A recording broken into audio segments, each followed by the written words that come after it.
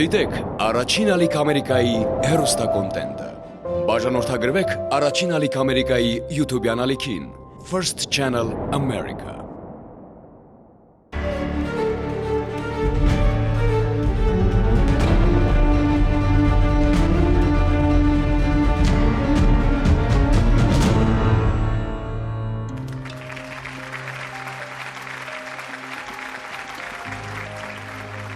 Բարի երեկո, առաջին ալիք Ամերիկայի եթերում սպասիր ինձ հաղորդաշարն է։ Սա հեռուստանախագիծ է, որի առաքելությունն է որոնել եւ գտնել մարդկանց անկախ նրանից աշխարհի որ կետում կլինեն եւ ինչպես դասավորված կլինի նրանց ճակատագիրը։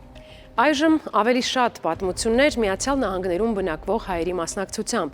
ավելի շատ կապեր երկու մայրցամաքների միջև եւ ավելի շատ հանդիպումներ Հայաստանում եւ Հայաստանից շատ հեռու գտնվող մեր հայրենակիցների միջև։ Մեծ թվով հայտերը Ամերիկայի Միացյալ Նահանգներից մեզ չէին կարող անտարբեր թողնել։ Տարբեր ժամանակաշրջաններում եւ տարբեր պատճառներով են հայերը հայտնվել այստեղ եւ զարմանալի չէ, որ պետք է լինեին նաեւ իրավիճակներ, երբ մարդիկ կորցրել են բոլոր կապերը հարազատների կամ ընկերների հետ։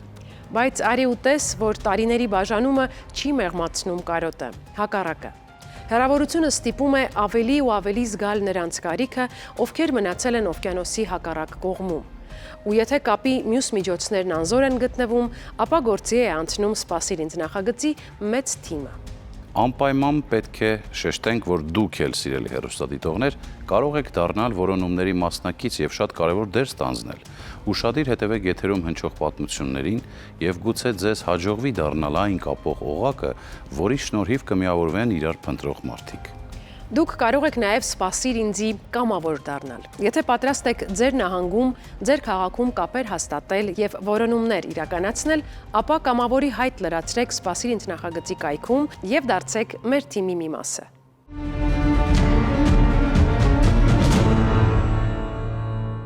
Հույզերը շատ ավելի անկեղծ են լինում, երբ հենց ինքը որոնողն է պատմում իր կյանքի ու բաժանման պատմությունը։ Մեր հայտատուներին երբեմն հրավիրում ենք մեր տաղավար։ Այսօր կզրուցենք նրանցից մեկի հետ, իսկ ձեզ սիրելի հեռուստադիտողներ խնդրում ենք լինել ուշադիր եւ արձագանքել, եթե որոնվողը ձեզ ծանոթ թվա։ Համեցեք։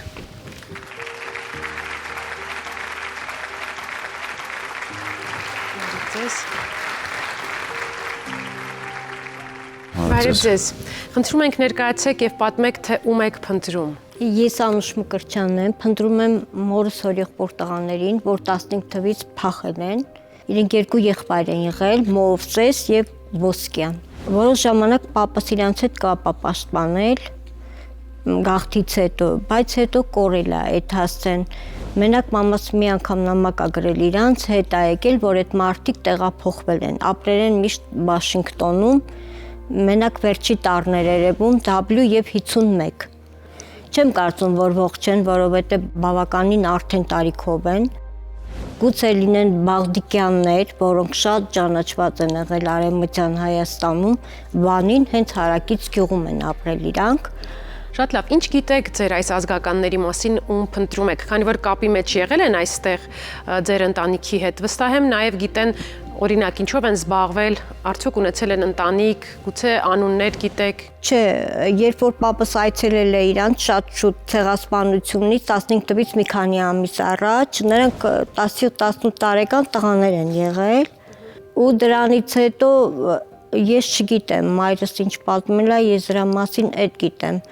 Չգիտեմ ամուսնացած են եղել երկու եղբայրով թե չէ, ընտանիք ունեն թե ոչ, որովհետև կապը ընդհատվել է պապիս մահից հետո։ Երբ է դա եղել, որ թվականին մոտավորապես։ Պապս մահացել է 1942 թվականին։ Ու դրանից հետո ոչ մի տեղեկություն չկա, 57 թվի նամակն է, որ տեղափոխվել են ու վերջ։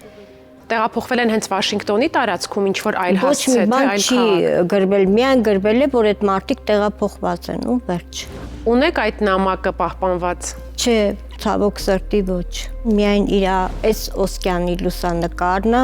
իսկ Մովսեսին ընդհանրապես չկա։ Ասացիք, որ ճանաչված տոհմ է։ Հա, Բաղդիկյանները ճանաչված տոհմ են Կա եղել։ արդյոք ինչ-որ հետաքրքիր պատմություն ձեր ազգանվան եւ տոհմի հետ կապված, որ գուցե իրենք էլ իմացած լինեն ու փոխանցեն իրենց ժառանգներին։ Դե Բաղդիկյանները պապս երբ որ մինչև 15 թվականը կացնահարած են եղել, դա չի հենց սկսվել 15 թվականից, մենք բոլորս այդ պատմությունը լավ գիտենք։ Տղա երեխաներին բոլորին սպանել են։ Ու մնացել է մենակ պապս, որ շատ փոքր է եղել, ու պապս չէ, պապիս հայրը։ Ինքը Բաղդիկը հենց Բաղդիկյան իր տղային տվել է եզդիներին, որ այդքան արհեստավոր մարկանց շատ ճանաչել է, ասել է գոնե իմ ցեղից այս մի տղան փրկվի։ Իսկ այդ տղաները, որ արդեն հիմա Ամերիկայում են, մի քանի ամիս առաջ պապիս ասել են, որ մեր ապրել արդեն անիմաստ է, եկեք գնանք ստեղից, բայց պապս չի համաձայնվել։ Ինքը եկել է Հայաստան ու տատս մեռել է 15 թվին ճանապարհին։ Դուք արդեն ասացիք, որ քիչ է հավանականությունը, որ նրանք ողջ կլինեն, եթե 15 թվականին եղել են 16-17 տարեկան, բոլորս հասկանում ենք, եւ հիմա մենք ավելի շատ փնտրում ենք նրանց ժառանգներին, նրանց ճանաչողների ժառանգներին, ուզում ենք իմանալ ինչպես է դասավորվել այս մարդկանց կյանքը։ Ես պետք է խնդրեմ ձեզ, որ նայելով տեսախցիկին, դիմեք ձեր հավանական ազգականներին, որոնք բնական է շատ բան չգիտեն ընտանիքի մասին, կամ գուցե նրանց էլ փոխանցվել են ինչ-որ ընտանեկան լեգենդներ ու կարողանան հասկանալ, որ հենց ձեր ընտանիքի մասն են կազմում։ Սա պապս է, Գասպար Բաղդիկյանը իր ընտանիքով, գուցե իրենք էլ կճանաչեն, կամ լսած կլինեն պապի մասին, ուզում եմ ասել, հորդորել, որ Հայաստանում դուք ունեք հարազատներ ու ձեզ որոնում են։ Խնդրում եմ, եթե հնարավոր է, արձագանքեք, մենք ձեզ սպասում ենք։ Շնորհակալ ենք շատ։ Մենք ենք շնորհակալ ձեր անձնվեր աշխատանքի համար։ Սիրելի հեռուստադիտողներ, եթե կարող եք այս պատմության հետ կապված որևէ տեղեկություն հայտնել, խնդրում ենք զանգահարել այն հեռախոսահամարով, որը տեսնում եք էկրաններին։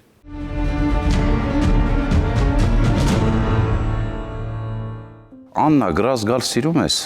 Իրականում շատ մեծ փորձ չունեմ, իսկ ինչու ես հարցնում։ Չգիտեմ, գուցե մտածում ես առաջարկում եմ հիմա գրազ գալ, բայց կարող ենք, արի գրազ գանք, որ հաջորդ պատմությունը, որը կլսենք, բոլորի շատ զարմացնելու է եւ նույնիսկ զվարճացնելու։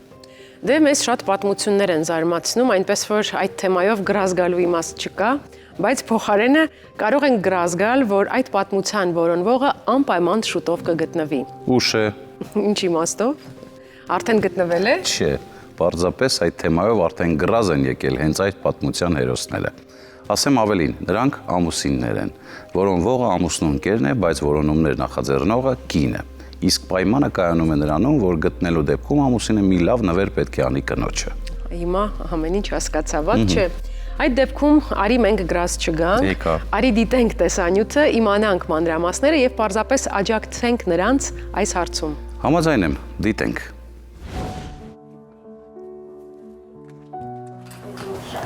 Բարև ձեզ։ Բարև եկել, համեցեք։ Մենք ձեզ շատ սպասում ենք։ Բարև ձեզ։ Ես Հասմիկն եմ Հովանեսյան, Տիգրանի կինը։ Մի օր որոշեցի հայտ ներկայացնել «Սպասիր ինձ» հաղորդաշարին, որպեսզի գտնենք Տիգրանի ընկերոջը Միխայել Պետրոսյանին։ Երկար տարիներ Տիգրանը փորձում էր գտնել իր ընկերոջը, բայց ավաղ։ Ոչ մի ձև չէր ստացվում գտնել նրան։ Տիգրանին ասացի, որ քո այդքան փնտրտուքից հետո հնարավոր է, որ ես գտնեմ քո ընկերոջը։ Իսկ նա էլ ինձ նվեր խոստացավ, որպես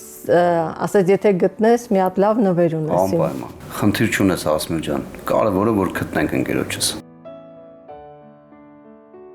Ես Տիգրան Կարյանն եմ, 1975 թվականից ծնված, փնտրում եմ ընկերոջս մանկության Պետրոսյան Միխայելին։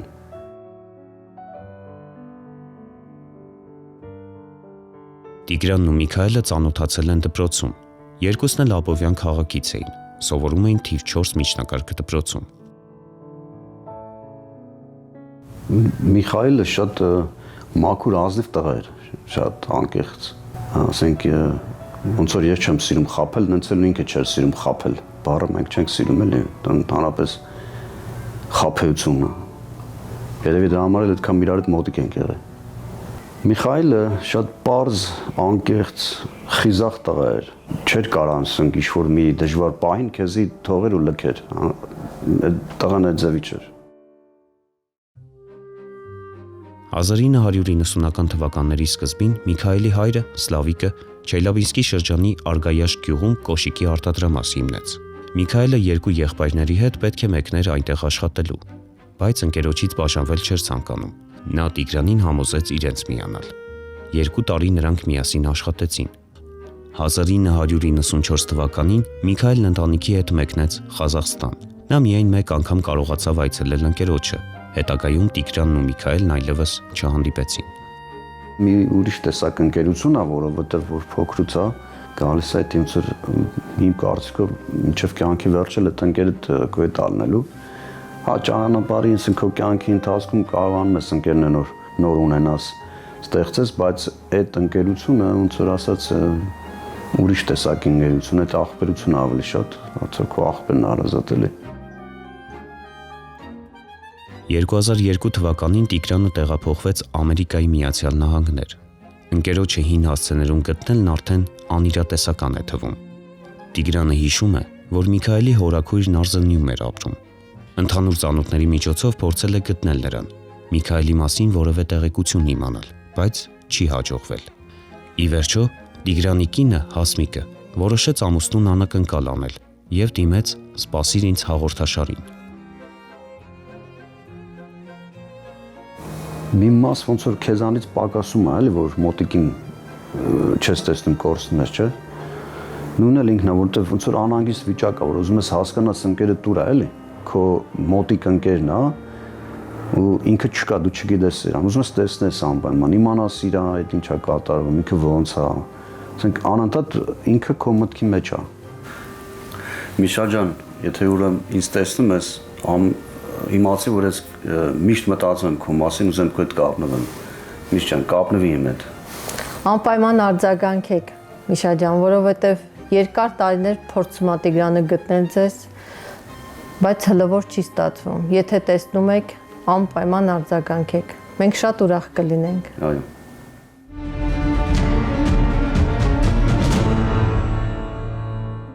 Մեր տաղավարն այսօր կրկին մարդաշատ է։ Հանդիսատեսից շատերն իրենց հետ բերել են լուսանկարներ եւ իրենց կյանքի հետաքրքիր պատմությունները։ Զրույցի հրավիրենք նրանցից մեկին ծանոթանանք եւ տեսնենք, թե ում է նա փնտրում։ Համեցեք։ Համեցեք։ Բարի երեկո։ Խնդրում ենք ներկայացեք եւ պատմեք, թե ում եք փնտրում։ Ես Կրիստինա Գասպարյանն եմ, փնտրում եմ իմ քրոջը, այսինքն խորտ քրոջը իմ հայրիկի առաջին ամուսնությունից։ Անունը Մարինա է, բայց աղջիկական ազգանունը Կասպարով է։ Ինչ գիտեք նրա մասին։ Դե ես գիտեմ, որ հիմա ինքը բնակում է Ամերիկայի Միացյալ Նահանգներում, ավելի շուտ Սան Ֆրանցիսկոյում։ Մոտավորապես երևի մի 10 տարով մեծ կլինի ինձանից։ Ճիշտն ասած միշտ ուզեցել եմ էլի հանդիպեմ, գրկեմ իրան։ Արդյոք միշտ իմացել եք, որ քույրիկ ունեք եւ ինչպես են ձեզ պատմել։ Փորձել եմ գտնեմ թեկուզ բարեկամների միջոցով, բայց ոնց որ չի ստացվել։ Մենակ գիտեմ, որ 1987 թվականին, դե որ մենք տեղափոխվեցինք Երևան, մենք երկուսը Բաքու ենք ծնվել։ Երբ որ պապաս երկրորդ անգամ ամուսնանում է, մենք տեղափոխվում ենք Հայաստան, ինքը մնում է այնտեղ։ Դե տարիներ հետո դե պապաս իրան շատ էր սիրում 1987 թվականին թեկուզ առողջական խնդիրներ ուներ պապաս, բայց ուրեմն ընկերները զանգում են, ասում են, որ աղջիկը ամուսնացել է, շատ լավ որդի ունի, շատ քեզ նման է, տենց մեզնից թաքուն գնում է, որ տեսնի թորանը ու մահանում է, տենց էլ մենք չիմացանք տեսավ, թե չէ։ Բայց թաղմանը ասում են, որ ինքը եկել է տենց հերվից մասնակցել է, էլի տենց Ձեր քույրը, Մարինան։ Հետո իրանք ամուսնու հետ մեկնում են Ամերիկա։ Ձեր հոր անուն ազգանունը, տվյալներ։ Կասպարով Ռուդոլֆ Արմինակովիչ։ Կապի մեջ եղել է դստեր հետ։ Հա։ Ինչ է պատմել Մարինայի մասին, ինչ գիտեք։ Շատ էր սիրում, ասում էր, որ շատ նենց աշխուժ, լավ երեխա է։ Դե Դուք շփվելու առիթ չեք ունեցել։ Չէ։ Բայց ես միշտ զգացել եմ, դե ես էլ եմ մենակ, Միայնակությունը ոնց որ միշտ զգացել եմ։ Շատ կուզեի գրկեի։ Ձեր քրոջը որոնելու փորձեր նախկինում ձեռնարկել եք։ Հա, շատ։ Երևի մի տենց բարեկամների միջոցով էլ նեցել, բայց ոնց որ չի ստացվել, տենց վերջի հույսը ոնց որ ձեզ եմ դիմել։ Շատ լավ։ Իմ հայրիկն է։ Ես մեր տատիկն է։ Ես էլ ինքն է փոքր ժամանակ։ Ձեր քույրը գիտեր ձեր մասին։ Կարծում եք հայրիկը պատմած կլիներ, որ Երևանում կա եւս մեկ քույրիկ։ Երևի, հա։ Բայց դե չենք շփվել ուղղակի։ Զգացվում է, որ շատ եք ուզում գտնել Մարինային եւ այս երազանքով տարիներ ապրում եք։ Նաեւ վստահ եմ ունեք ձեր մտքում, ձեր քրոջն ուղված ջերմ խոսքեր, պետք է խնդրեմ պատկերացնեք, որ հենց ինքը մեզ դիտում է, մոռացեք, որ հեռուստատեսային տաղավարում եք, պատկերացրեք, որ հենց ինքն է ձեր խոսքերի հասցեատերը եւ խնդրում եմ դիմեք ձեր քրոջը։ Ես կասեի, որ ես քեզ շատ եմ սպասել, շատ կուզեի գրկեի, չգիտեմ, ու վերջապես երևի, որ մենք երկուսով լինենք, որ երևի հայրիկն էլ հանգիստ լինի։ Զգացվում է, որ հուզված եք շատ, ու զգացվում է, որ նույնիսկ չճանաչելով ձեր քրոջը, շատ սիրում ու կարևորում եք նրան։ Ձեր հայրը չկա, ասացիք, իսկ ձեր մայրիկը։ Հակա։ Ինքը գիտի, որ դուք փնտրում եք, գիտի, որ սա ձեր երազանքն ու նպատակն է։ Ինչ է ասում ձեզ։ Քաջալերում է։ Հա, դե ինքն է շատ ուրախ կլինի իհարկե, որ դե երևի նրանից է, որ մենակ է մեծացել, կարող է դրանից է, որ շատ եմ էլի միշտ զգացել կամ քրոջ կամ Հույս ունենք, որ օվկիանոսից այն կողմ մեզ դիտող հեռուստադիտողները կմիանան այս որոնումներին, մեր թիմը նույնպես սկսում է իր աշխատանքը, հույս ունենք, որ հնարավորություն կունենանք ձեզ կրկին հրավիրել մեր տաղավար եւ լավ լուրեր հայտնել։ Շնորհակալ ենք, որ այսօր եկաք։ Մերսի շատ։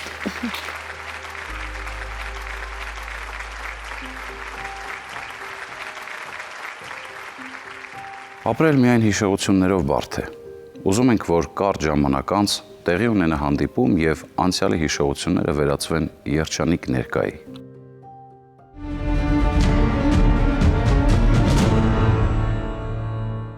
Երբ իրար են կորցնում համադասարանցիներ, բանակային ընկերներ, նախկին գոլեգաներ կամ պարզապես ծանոթներ, դա ինչ-որ չափով հասկանալի է։ Մարդիկ կարող են որոշ ժամանակ չշփվել, գուցե փոխել հասցեն, հեռախոսահամարը եւ հարաբերությունները մի օր պարզապես կխզվեն։ Բայց երբ խոսքը վերաբերում է ընտանիքի անդամներին, արյունակից հարազատ մարդկանց, այս դեպքում միշտ հարց է առաջանում. ինչպես։ Ինչպես կարող են մարդիկ ծնվել, մեծանալ մեկ տան մեջ, մեկ ընտանիքում եւ ինչ-որ հանգամանքների բերումով կորցնել իրար։ Մեր հաղորդման պատմության ընթացքում նման դեպքեր քիչ չեն եղել, ու մենք զարմանքը մի կողմ դնելով լծվում ենք կորած հարազատի որոնման գործընթացին, հասկանալով, որ հարազատներին չի կարելի մնալ իրարից հեռու ու հավատալով, որ անպայման կհաջողենք։ Մեր այսօրվա հայտատուի պատմությունը ամենահարազատներից մեկի մասին է։ Նրա հետ անցել է մանկությունը, նրա հետ եղել են բազմաթիվ երջանիկ պահեր։ Այսօր ավաղ քույր ու եղբայր լուր չունեն իրարից։ Ինչ է տեղի ունեցել նրանց կյանքում, ինչու են բաժանվել նրանց ճանապարհները, ինչպես են կորցրել իրար։ Կպատմի հենց հայտատուն առաջին դեմքից։ Սիրելի հեռուստադիտողներ, դիտեք ուշադիր եւ եթե ճանաչեք պատմության հերոսին եւ որևէ տեղեկություն իմանաք, որը կարող է օգնել որոնումներին, ապա անհապաղ կապ հաստատեք մեր խմբագրության հետ։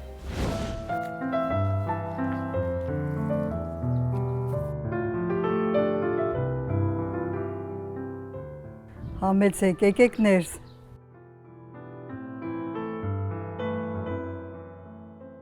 Ես Կարինե Կիրակոսյանն եմ, խնդրում եմ ամուսնուս հորեղբոր աղջիկներին,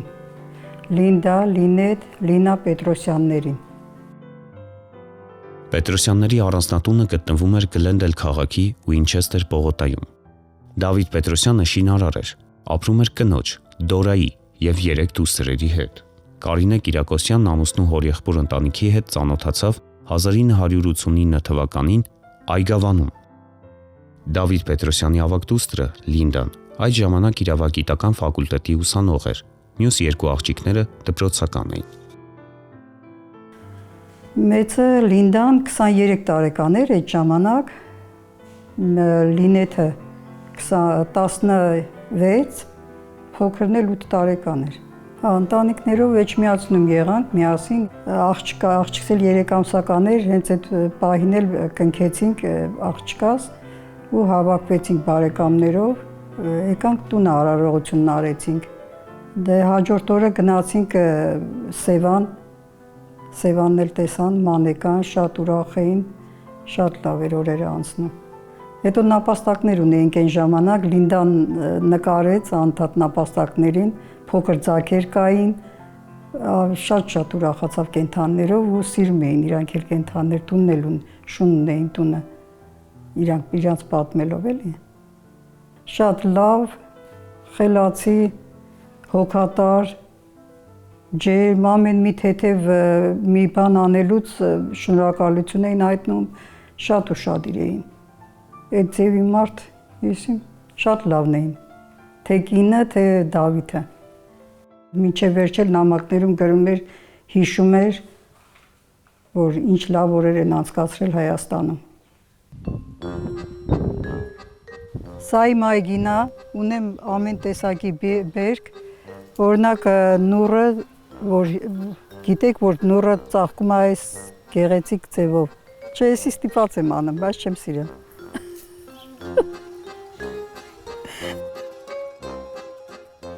15 ուրախ օր այգավանում անցկացնելուց հետո Պետրոսյանները վերադարձան Ամերիկայի Միացյալ Նահանգներ։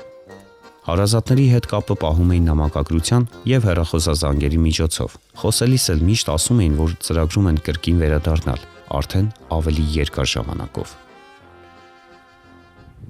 Գնալուց մի շաբաթ առաջ եղբայրը առաջարկեց, որ լավություն անի մեզ, օգնի ինչ-որ բանով, ինչ-որ ձևով, որպեսզի ինքն էլ գոհ լինի, ու առաջարկեց, որ տուն սարքի մեր համար։ Եվ ասենք ֆինանսապես օգնեց, գումարը տվեց, որ այս տունը սարքենք։ Ու սարքեցինք, հասցրեցինք այս վիճակին, փառք Աստծո, որ իրանք եկան, այդ մեծ գործը արեցին, որ հիմա ծածկ ունենք մենք։ Պետրոսյանները Հայաստան այլևս չեկան։ 2000 թվականին Դավիթը մահացավ։ Որոշ ժամանակ անց հեռախոսազանգերը սկսեցին անպատասխան մնալ։ Կապերը, որ արդեն խառնվեցին, երկրի վիճակը խառնվեց, նամակները չգնացին, չեկան, հեռախոսները հանվեց, արդեն կապը կորավ։ Ու էլ կապ չունեինք իրար հետ։ Իրանք ընդհանրապես շատ ջերմ են եղել, ճիշտ է, առաջի անգամ էին տեսնում, բայց շատ ոնց որ հարազատ։ Մենք անընդհատ ընտանիքում էլ, երեխեքն էլ, բոլորս էլ միշտ խոսացել ենք, միշտ հիշել ենք, Դավիթի մահվան օրը միշտ գնացել ենք գերեզմաններ, հարգել ենք, սիրել ենք, որտեվ այս մեծ գործն արել մեր համար։ Ու հիմա կուզեի, որ երեխեքին տեսնեի, իմանայի ինչ են արել, ուր են հասել, ինչ ունեն, որտեղ են ապրում։ 2024 թվականին Կարինե Կիրակոսյանը Ամերիկայի Միացյալ Նահանգներում էր։ Նա գնաց Ուինչեսթեր պողոտա, գտավ Պետրոսյանների տունը, սակայն պարզվեց, որ այնտեղ արդեն ուրիշ մարդիկ են ապրում։ Նոր սեփականատերերն ասացին, որ տունը գնել են գործակալության միջոցով, իսկ Պետրոսյանների մասին ոչինչ չեն լսել։ Կարինեն ենթադրում է, որ Դավիթ հորեղբոր աղջիկներն ամուսնացել են եւ փոխել բնակության վայրը։ Գուցե այդ պատճառով էլ տունը վաճառել են։ Շատ կուզեի կապը լիներ, աղջիկներն էլ գնային գային, կարևորը որ տունը կար, համարյա իրանց տունն է։ Գային, ապրեին, շփվեին, իմ երեխեքն էլ են մեծացել արդեն, լավ կլիներ, որ ելներ կապը։ Տեսնեինք, որ փաթաթվեինք, գրկեինք։ Ու իմանայինք ինչա կատարում իրանց հետ, ամուսնացել են, երեխեք ունեն։ Ընտանիքի բոլոր անդամներն էլ ուզում են, որ գտնենք ու կապը լինի աղջիկների հետ։ Ճիշտ է, ծնողները չկան, բայց հիմա երեխեքն էլ կապը կպահեն իրար հետ, որ շփվեն, գրեն, զանգեն։ Լինդա, Լինետ, Լինա ջան, եթե լսում եք, տեսնում եք այս տեսանյութը, շատ եմ խնդրում, որ արձագանքեք, շատ կարոտել ենք, կուզեինք հանդիպել, տեսնվել։ Խնդրում եմ արձագանքեք։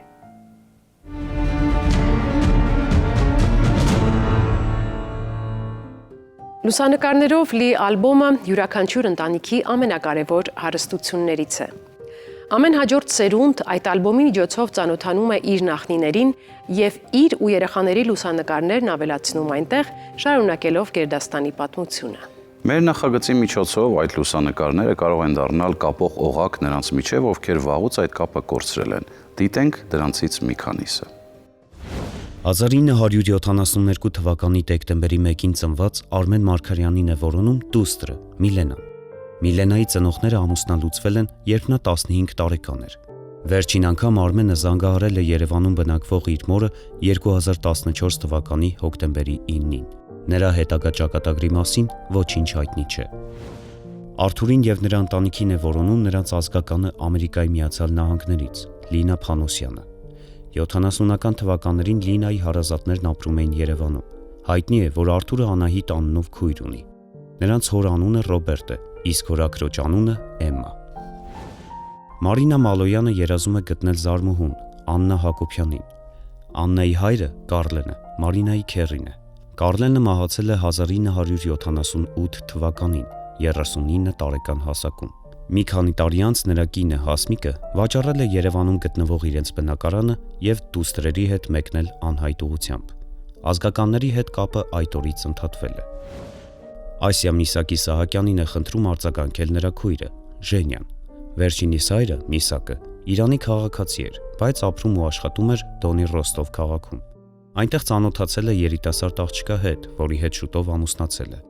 1926 թվականին մեկնել է Իրան ազգականներին այցելելու, սակայն երկրից դուրս գալ այլևս չի կարողացել։ Նույն օրերին պարզվել է, որ նրա կինը հղի է։ 1926 թվականին ծնվել է Ասիան։ Հայրենիքում Միսակն ամուսնացել է երկրորդ անգամ, ունեցել է որդի եւ 3 դուստր։ Ավագ դստեր ճակատագրի մասին նրանք ոչինչ չգիտեն։ Լիլիթ Վարդանյանը ցանկանում է տեղեկություն ստանալ իր պապիկի եղբոր Աղվանի մասին։ Աղվանը ծնվել է 1921 թվականին։ Երկրորդ համաշխարհային պատերազմի ժամանակ եղել է առաջնագծում։ 1943 թվականին նրա ընտանիքը նամակ է ստացել, որում ասվում էր, որ Աղվանն անհետ կորած է ճանաչվել։ Աղվանի մայրը մինչև կյանքի վերջ սպասել է որդու վերադարձին։ Հայրենական մեծ պատերազմի տարիներին անհետ կորած Սերգեյ Ենգիբարյանի մասին որևէ տեղեկություն է փնտրում նրա զարմուհին՝ Գայանեն։ Վերջինիս մայրն ամբողջ կյանքում երազել է գտնել եղբորը, սակայն մահացել է, այդպես էլ ոչինչ չիմանալով նրա մասին։ Վերջին նամակը Սերգեյից ընտանիքը ստացել է Վրաստանից 1941 թվականին։ Ինչպես է դասավորվել նրա ճակատագիրը դրանից հետո, հայտնի չէ։ Արմեն Նիկողոսյանին է որոնում իր դուստր Կարինեն։ 2014 թվականին Արմենը Հայաստանից մեկնել է Ռուսաստան։ Վերջին անգամ տուն է զանգահարել 4 տարի առաջ Լիպեցկ քաղաքից եւ ասել, որ աշխատում է որպես պահակ ավտոկայանատեղիում։ Դրանից հետո Արմենի հետ կապն ընդհատվել է եւ ընտանիքը մինչ օրս որևէ լուր չունի նրա մասին։ Կարինեն այժմ բնակվում է ԱՄՆ-ում։ Գուրգեն Բաղումյանին է որոնում նրա ազգականը Ամերիկայի Միացյալ Նահանգներից՝ Բագրատ Խաչիկյանը։ Գուրգենը ծնվել է 1959 թվականին։ 1990 թվականին մեկնել է Լենինական քաղաքից եւ այլևս կապի դուրս չի եկել։ Ընտանիքն արդեն 30 տարուց ավելի ոչինչ չգիտի նրա մասին։ Լուսանկարում պատկերված է Գագիկ Պարքևի Բադալյանը, որն այս տարի կդառնա 65 տարեկան։ Գագիկը Գեղարոտ գյուղից է, ապրել է Հայաստանում, այնուհետև տեղափոխվել Սոչի։ Դստեր Լուսինեի հետ վերջին անգամ հանդիպել են 8 տարի առաջ, սակայն Լուսինեն չի կորցնում հույսը, որ հայրը կարձագանքի եւ նրանք նորից կհանդիպեն։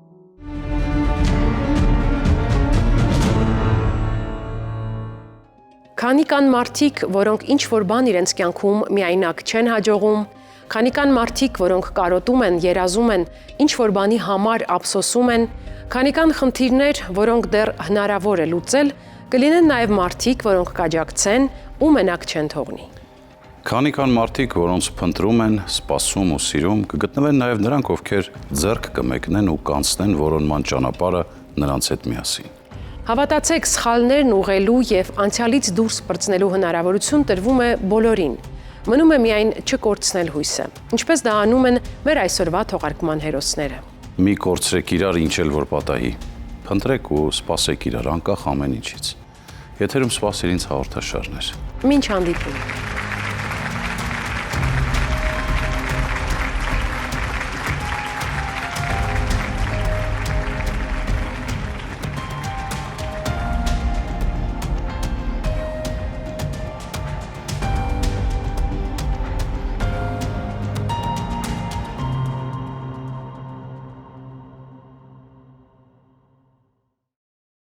Դիտեք Առաջին ալիք Ամերիկայի հեռուստակոնտենտը։